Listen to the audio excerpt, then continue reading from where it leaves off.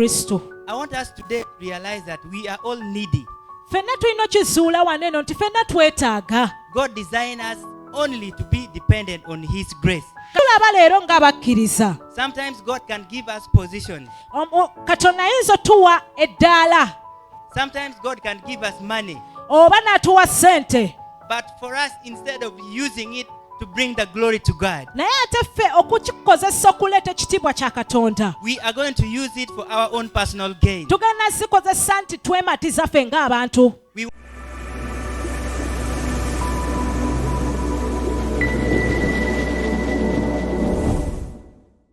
What is sufficiency? Kitegeeza ki?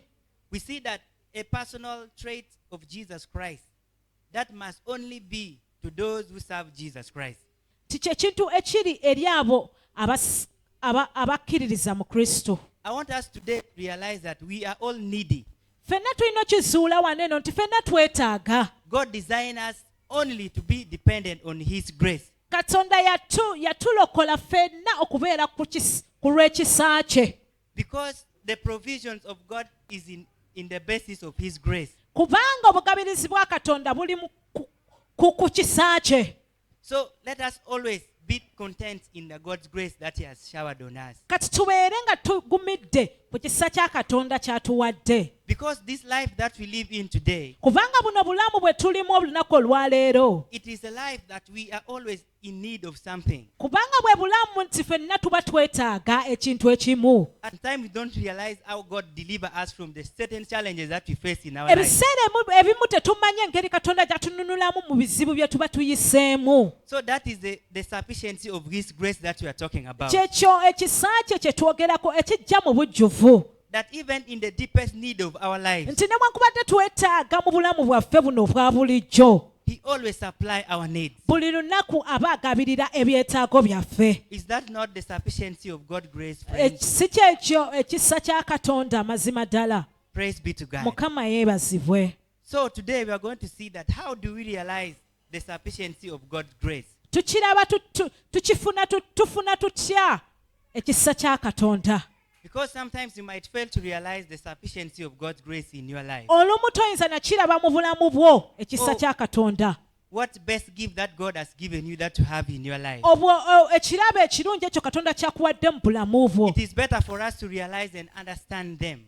Kintu ky'amaanyi nnyo okukizuula ate tukitegeere. Praise be to God. Mukama yeebazibwe. So our point number 1 today Point esooka egamba nti is that realize the sufficiency of God's grace. zuula ekisa kya Katonda mu bujjuvu. So when we are talking about realizing the sufficiency of God's grace, bw'ozuula ekisa kya Katonda, we must not forget the experience Apostle Paul had. tetulina kwerabira omutume Pawulo experience gye yayitamu. 2 Corinthians chapter 12 verse 2. Ate era ekitabo kye kimu mu Abakorinso ekisooka 12 olunyiriri olusooka. It talks about the experience Apostle Paul had. Era kyogera ku engeri experience Apostle oba omutume Pawulo gye You yayitamu. see that God has given him all the revelation that he needs. Katonda amuwadde okwolesa kwonna. He was given every revelation in the God's plan. Era ng'amanyi ki enteekateeka ya Katonda bw'egenda okuba. But we see that Paul did not use it for his own advantage. Naye tulaba nti omutume Pawulo teyakikola ku lulwe.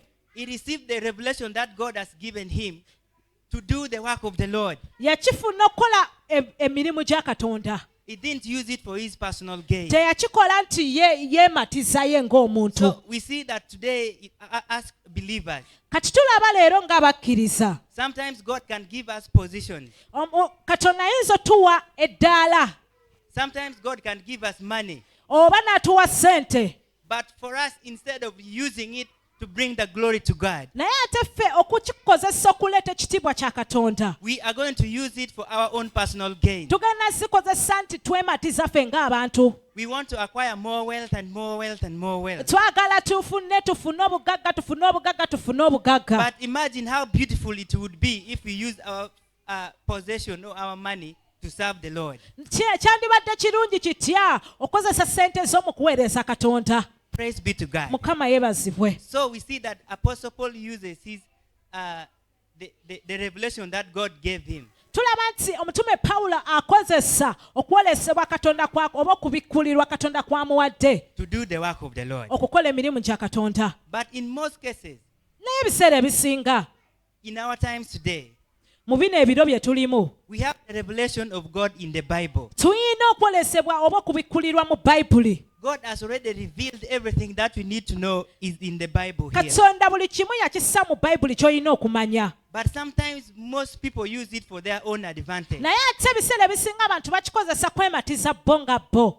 They use it to get more money. Bakikozesa kufuna ssente. I'm talking about the leaders of the church. In most cases, some leaders. I'm not saying all of Abakulembeze them. ab'ekkanisa abamu. So we should use the grace that God has given us to bring him a glory. Ekisa Katonda kyatuwadde tulina kireeta nga tuleeta ekitiibwa Praise ku be to linnya God. lye. Amiina. So we see that God wants us to walk by faith, Katonda ayagala tutambulire mu kukkiriza. not by sight or by any evidence. Si lwa kulaba kwonna oba Praise be to evidensi God. yonna. So if you want to experience the sufficiency of God's grace, Kati oba oyagala kufuna ekisa kya Katonda mu bujjuvu, we should be ready to walk by faith. tulina kubeera abeeteeketeefu okutambulira ku lwa kukkiriza. Not because you want to first see something and you want to act because you have seen. Si nti olina kusooka kubaako ky'olaba ate okikolereko. Because you want to see some evidence, then you believe. Kati oyagala osooka obeeko ne ky'olaba awo olyoke okulempere.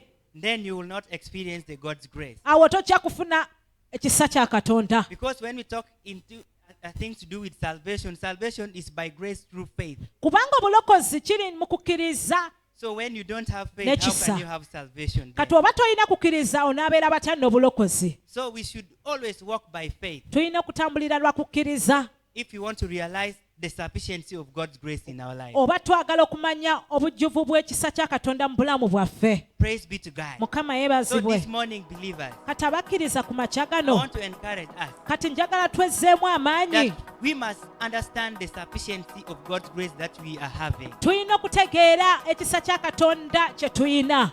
Praise be to God.